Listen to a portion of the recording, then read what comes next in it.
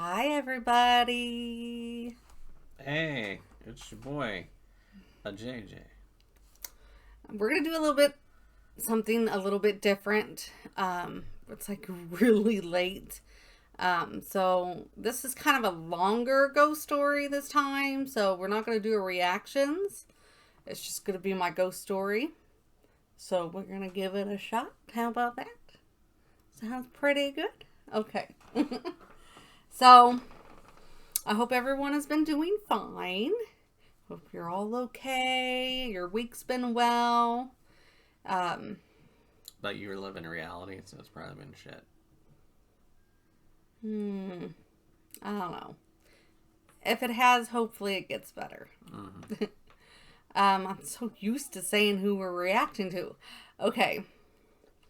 So last week, what I talked about at the end of that video was my grandmother's older house that she lived in. Which was very old, very, very old. I think it was built in the 1800s, I believe. I think I only went up in the attic one time in my life, and I had stairs, I don't know. Anyways, a lot of things happened in that house. The one I'm going to share with you today is extra weird, I guess you could say, because it wasn't just me who was witnessing it. Okay, so that makes you feel a little bit validated, yet a little bit more scared because you're not going crazy and you are seeing what you're seeing. Okay, so I think I was around 15. I believe it was the last time that I had went to the house. And we were staying the night at the house. And the bedrooms were pretty big. It was 4 bedrooms upstairs and 1 bath.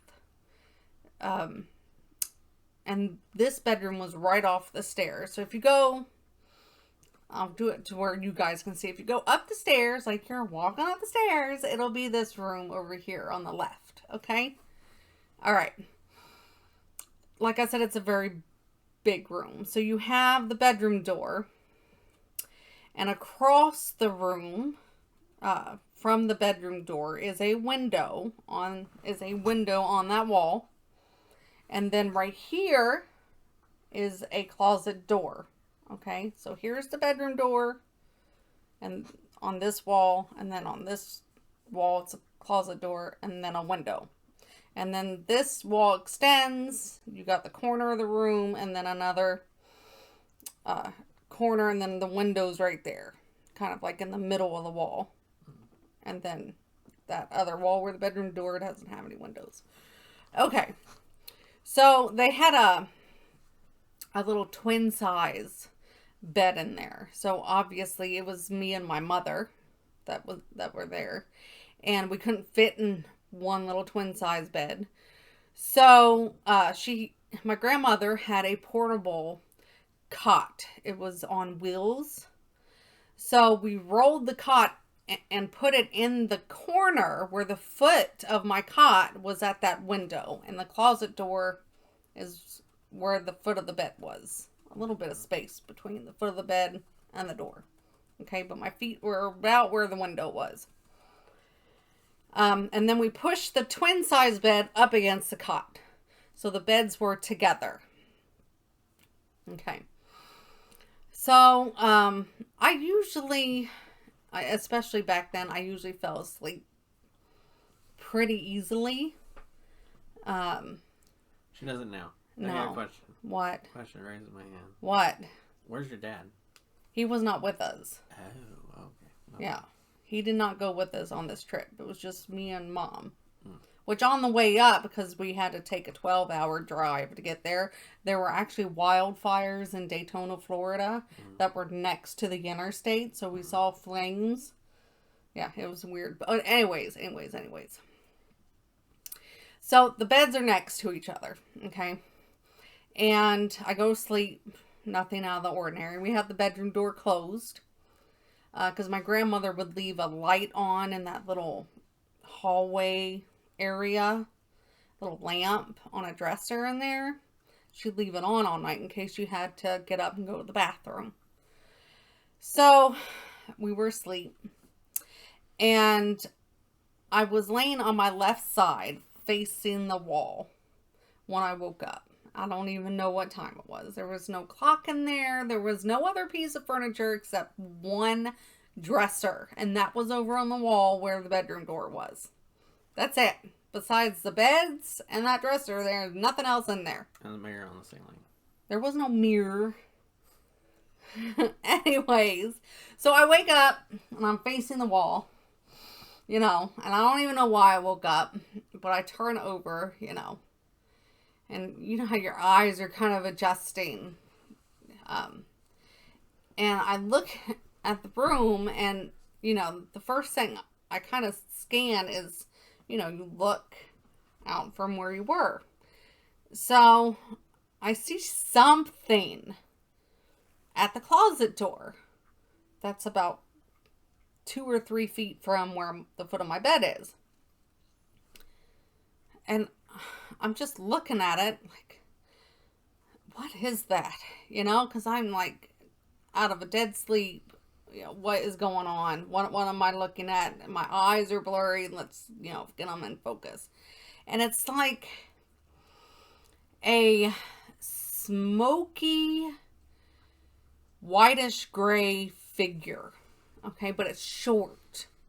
Like, the head of it, like, was, like, here's the doorknob. I'd say the head was, like, right here. As I mentioned.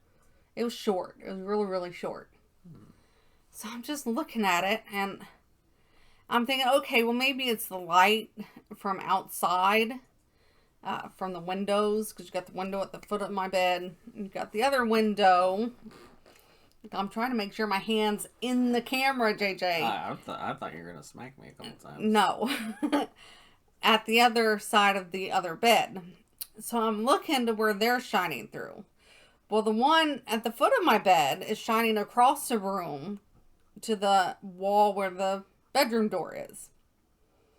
And the window next to my mother's bed is shining on the wall, in the middle of the wall, where the closet door is, but not over this closet door. It's pretty much a black area. But, you know, there's a little bit of light, so you can kind of see. So I'm kind of laying or sitting halfway up because I was in the process of turning over, and I'm just like, man, what is that? And during that time, I had a really bad habit of putting my hand or my hair behind my ear like this. I'd do it without even knowing it. I'd just do it. So I'm just looking at this. And I just do it out of habit. And when I did that, like if I'm the apparition, then I see it clearly, okay? What this apparition was a woman. And what she was doing when I woke up is she was looking out the window at the foot of my bed. So when I did my little hair behind the ear, she immediately just staring straight at me. Like I can see where the eyes are supposed to be. I can see where the mouth's supposed to be. And now her face is deadlocked on mine. So like I said, I'm only 14, 15 years old. What? Well, was she smiling? Was it just there was face? no, it's just dead face. It was just dead face. I can't, it was all smoky and okay, well, there wasn't a whole lot of detail, but there was detail enough I could see she had short shoulder length hair. It was kind of scraggly. Okay. And just, I can only see like slits for eyes and a slit for the mouth. And it was no smile. And, you know, what the feeling I'm getting on this is, oh, you know, she seems annoyed. Okay. That's all women. So I start just freaking out. Like, I'm just thinking to myself, oh my gosh, this thing is gonna fly over to me and attack me. And it's gonna be like the Ghostbusters. I don't know. No, it's not gonna be like that. It's gonna slime you. But it's just, I don't know what's going to happen. But now it's just deadlocked on me. It's not looking away. It's right on me. Now, you have to remember that closet door is only 2 to 3 feet away from my bed. So, but then she starts moving sideways from the closet door. Like she's gliding slowly towards the bedroom door. So then my mom, who's laying next to me in that other bed, I'm crying, and I just slap her leg, and I'm like, Mom, and she goes, Heather, I already know. I've been watching it. Calm down. So she was awake the entire time that I was. And later she had told me that she had woke up and she had seen it. And she thought to herself, please, gosh, don't let Heather wake up. And that's about the time that I woke up. So we're watching this together as it slowly glides across the room, still watching us. And it turns its back onto the bedroom door. So it's still face to face with us. But it's like it's trying to go through the door. Okay? That's when my mother decides she's going to get up. So, well, now I'm really freaking out. I'm like, what are you doing? She goes, just hold on. So she gets up, walks across the room, puts her hand through its head to grab the doorknob, opens the door and says, get out. And then she came back to bed. And we never saw it after that. Okay, so once you put her hand through its head, she opened the door. She opened the door. What happened to the apparition? Did it just dissipate? Yeah. It's just gone. Yeah. We couldn't see it because that light coming in through the hallway when she opened the door. Yeah. Was it hot and naked? No. If anything, it was an old woman. Oh. Short old woman? Yeah. Ugh. It was the worst. JJ. Anyways, it's freaked me out because, like I said before, not only did I see it, maybe I could come up with a conclusion, I was sleep deprived or just extremely tired. A bad bit of mustard. But when somebody else is seeing the exact same thing that you were seeing in that moment, it's kind of like disbelief. Like, is this really happening? So that's one of my more extraordinary stories. Yeah. And we may be going to a place this Wednesday that's kind of local for us that supposedly is pretty haunted. But we're just going to the day. During the day. It's not an investigation. They have a bunch of historical houses that they moved over to this area. And they have craftspeople, 1800 houses.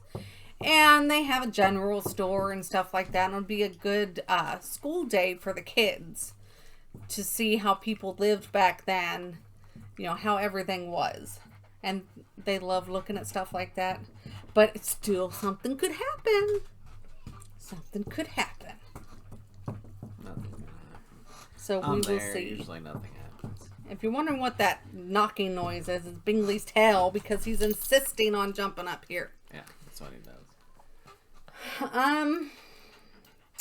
But that's pretty much the end of my story. Okay. You have any other questions? I tried to ask him as you were telling him, what other people might have, thought if they were hearing that story, So do you remember what time it was? I don't know what time it was. It was in the middle of the night. That's all I know. Alright. And what'd you do in the morning? I cannot remember. I know I finally fell back asleep. Yeah. Because it was gone. Yeah. And I was like, well, obviously she didn't want to be here with us. Yeah. Yeah. Like, the only reason she was... That's another thing, is this was not... What's that word? Oh my gosh, everybody, I forgot my words now.